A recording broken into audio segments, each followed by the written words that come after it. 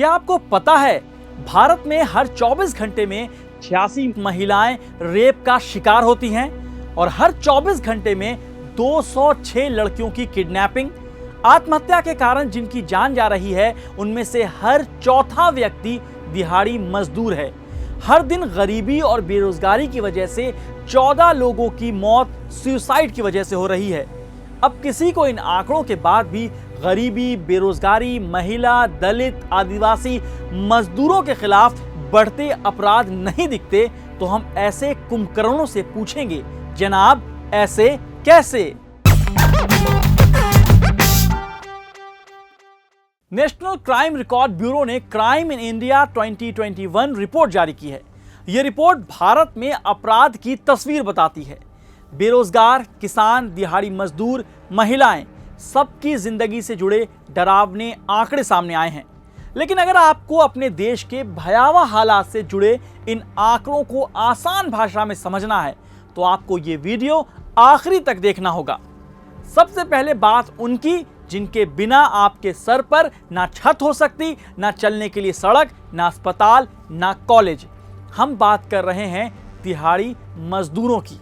NCRB के आंकड़े बताते हैं कि 2021 में देश भर में 1,64,000 से ज्यादा लोगों की जान आत्महत्या की वजह से चली गई और इन 1,64,000 में 42,004 दिहाड़ी कामगार थे, यानी मरने वालों में से 25% दिहाड़ी मजदूर। पिछले साल के आंकड़ों को देखें तो आत्महत्या की कुल संख्या 1,53,000 थी, जिसमें से 37,666 दिहाड़ी मजदूर थे। साल 2019 में 32,559 दिहाड़ी मजदूरों की मौत आत्महत्या के कारण हुई थी। इसे आप ऐसे समझिए कि 2014 में मोदी सरकार बनी थी, तब 100 आत्महत्या के कारण हुई मौतों में से 12 दिहाड़ी मजदूर थे।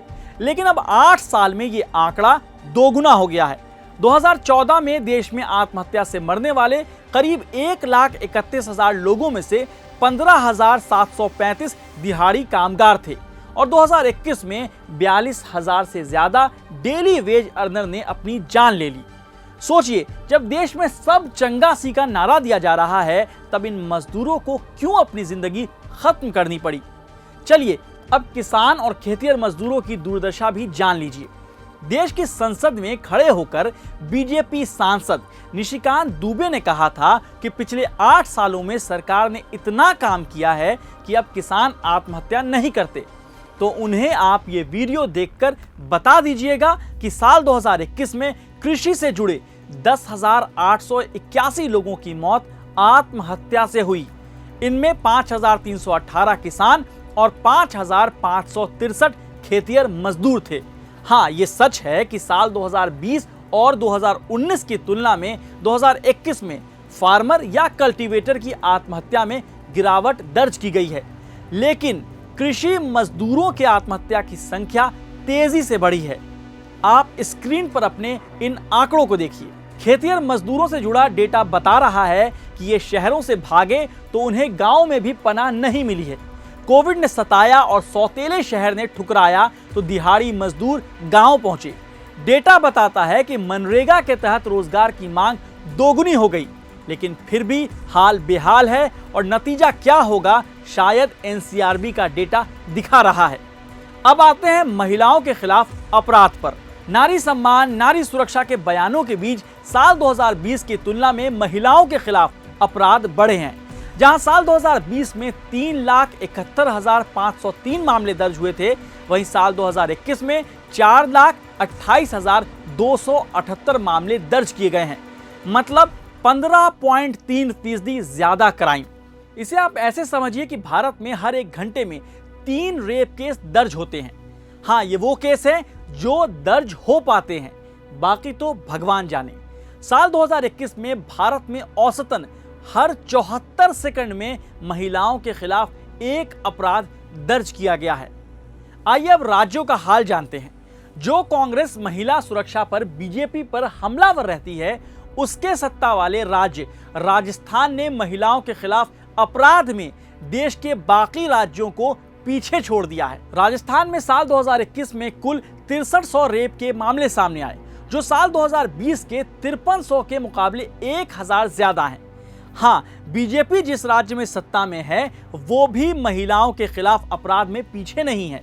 राजस्थान के बाद मध्य प्रदेश में रेप के सबसे ज्यादा मामले दर्ज हुए। मध्य प्रदेश में 2020 में 2339 मामले थे, जबकि 2021 में ये नंबर बढ़कर 2947 हो गए।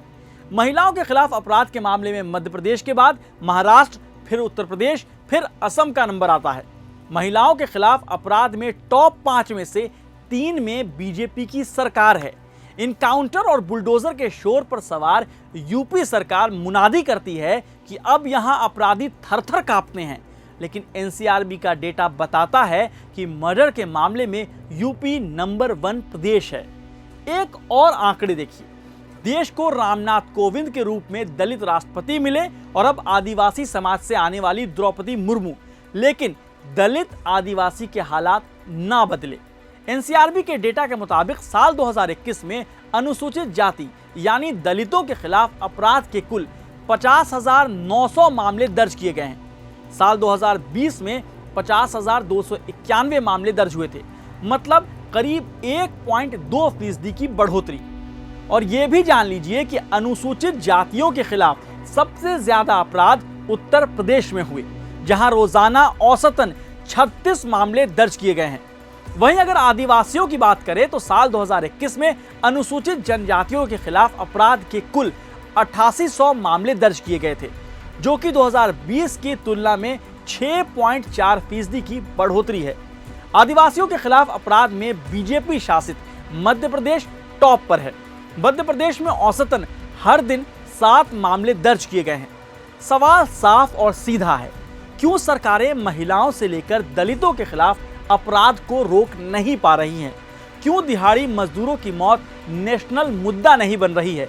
क्यों इंसानों की जिंदगी को सिर्फ आंकड़े समझकर फाइलों में दफन कर दिया जाता है? और अगर इन आंकड़ों से सरकार सीख लेकर ठोस कदम नहीं उठाएगी तो हम पूछेंगे जरूर, जनाब ऐसे कैसे?